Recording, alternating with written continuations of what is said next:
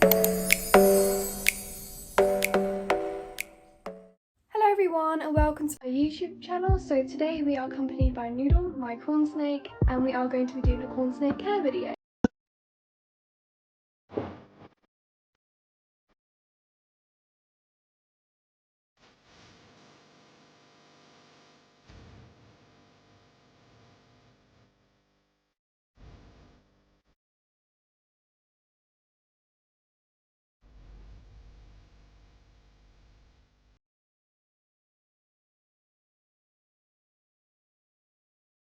So cornsnakes can live up to 20 years in captivity if cared for properly, and then in the wild they usually live up to about 6 to 8 years.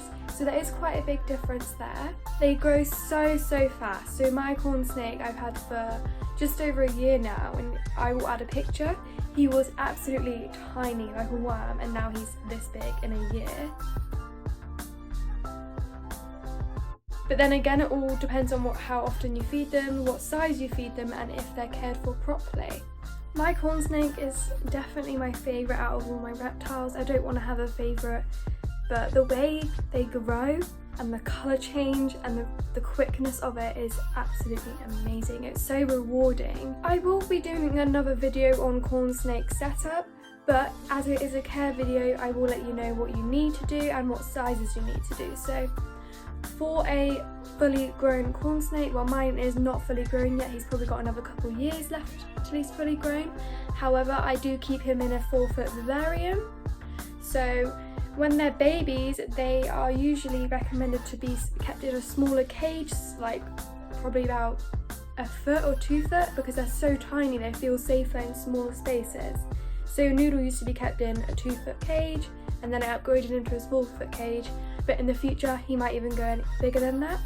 So when it comes to setting up for your cornsnake, I will be doing a whole nother video on this. However, there is many ways you can set up for them. So you can have a vivarium. So I've got a wooden vivarium with a glass front.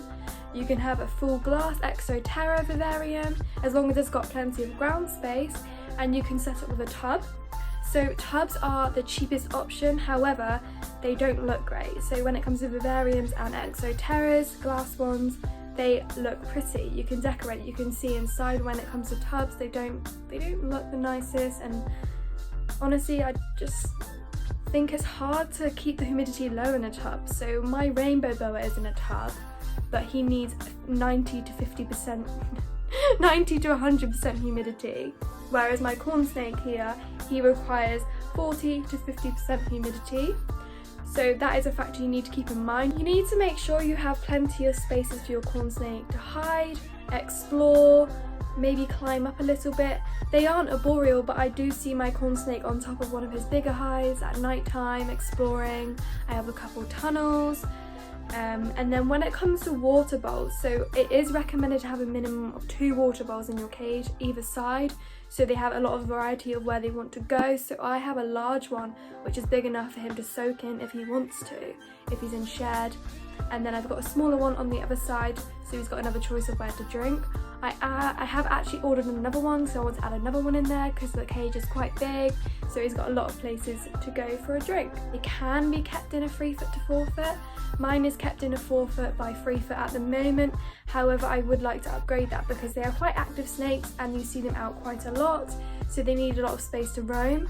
Whereas when it comes to ball pythons, they just stay hidden and they don't really explore as much as cornsnakes do. Cornsnakes actually can be quite cheap, but then again they vary in prices when it comes to morph. So Noodle is an amyl cornsnake, which is an animalistic.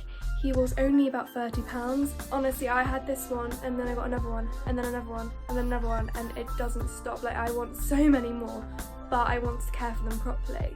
So for humidity, it is recommended that your cornsnake is kept at 40 to 50%. I keep mine at 48. So my cage is sat at 48 today. It all depends, it even depends on the weather. So I live in quite a humid place, there's lots of beaches, there's lots of sea, it's quite rainy, so the humidity isn't hard to keep. However, if you live somewhere hot, there are things you can do, such as water bowls. So you can keep a large water bowl on the warm side, so the air evaporates and it creates a humid area for your cornsnake. Remember, you don't want the humidity too high because it can cause health conditions such as a respiratory infection. And you don't want a respiratory infection, do you, Noodle? No. Another helper with the humidity is moss. So I use moss for all of my reptiles, my geckos, all my snakes. It's honestly one of the best things ever. So I keep moss in a little humidity hide when they are about to go into shed. So they have a choice to go inside that tub and shed if they need it. My cornsnake does use this. I've noticed my ball python doesn't really use it, but I will still put it there anyway, so they have somewhere to go if they need that extra help. It's a bit more humid in there for them. With temperatures, there are many ways you can heat your cornsnake cage. So my preferred way is heat mats. And with the heat mats, you must make sure it's connected to a thermostat. You can use other sources. You can use heat lamps, heat bulbs. If you think into the wild, when the sun is shining down, say into the forest that they live in, that will be on the floor, and then the cornsnake will go across and lie on that, and it will heat up through their bellies. That's why heat mats are better for them. If they don't have the correct heat, then they will not be able to digest their food properly. They are cold-blooded animals, so they need that heat gradient in their cage to live. Also, to digest their food, they need the warmth to speed up the enzyme reactivity in their stomachs. The reason you need a heat gradient in your cage is because these animals are cold-blooded.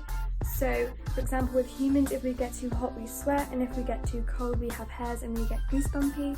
Cornsnakes don't have that. They can't regulate their body temperatures, so the heat gradient in their cage is really important to them.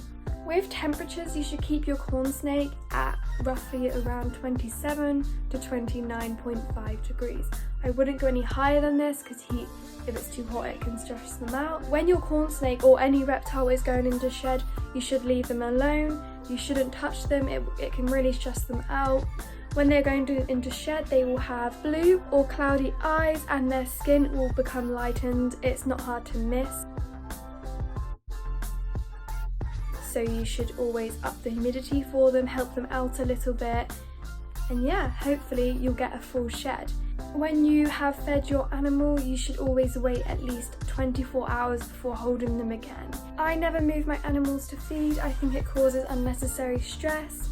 A few people do this. They will take their animal out and put it into a tub, feed them out and then move them back in. This can cause regurgitation.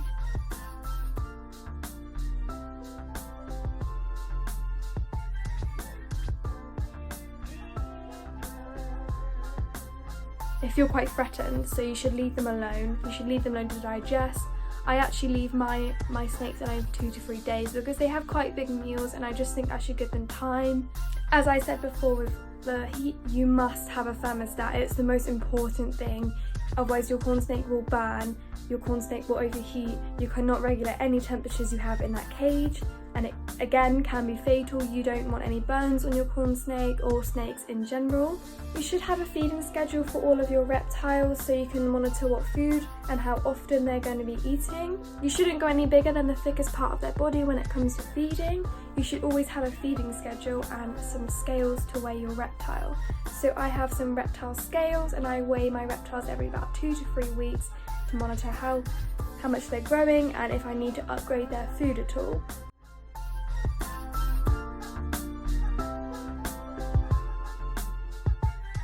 When I say weighing to know what size food they have, that's because all mouses and rats come in different sizes.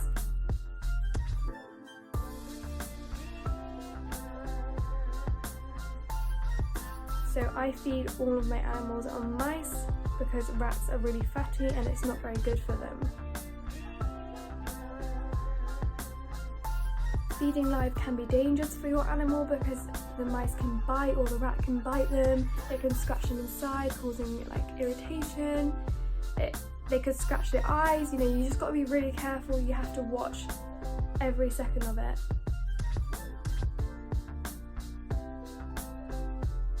Thank you so much for watching my YouTube video. I will hopefully be updating this in a couple months with a bit more information because I'm learning as it goes along too. I want to do a cornsnake setup video, so that will hopefully be one of my next videos to help you guys out set up for your cornsnakes. If I've missed anything, I'm sorry, but I've tried my best. Please don't forget to turn on post notifications, like and subscribe, and if you can comment down below any videos you recommend me to do or want me to do, then go ahead. Thank you.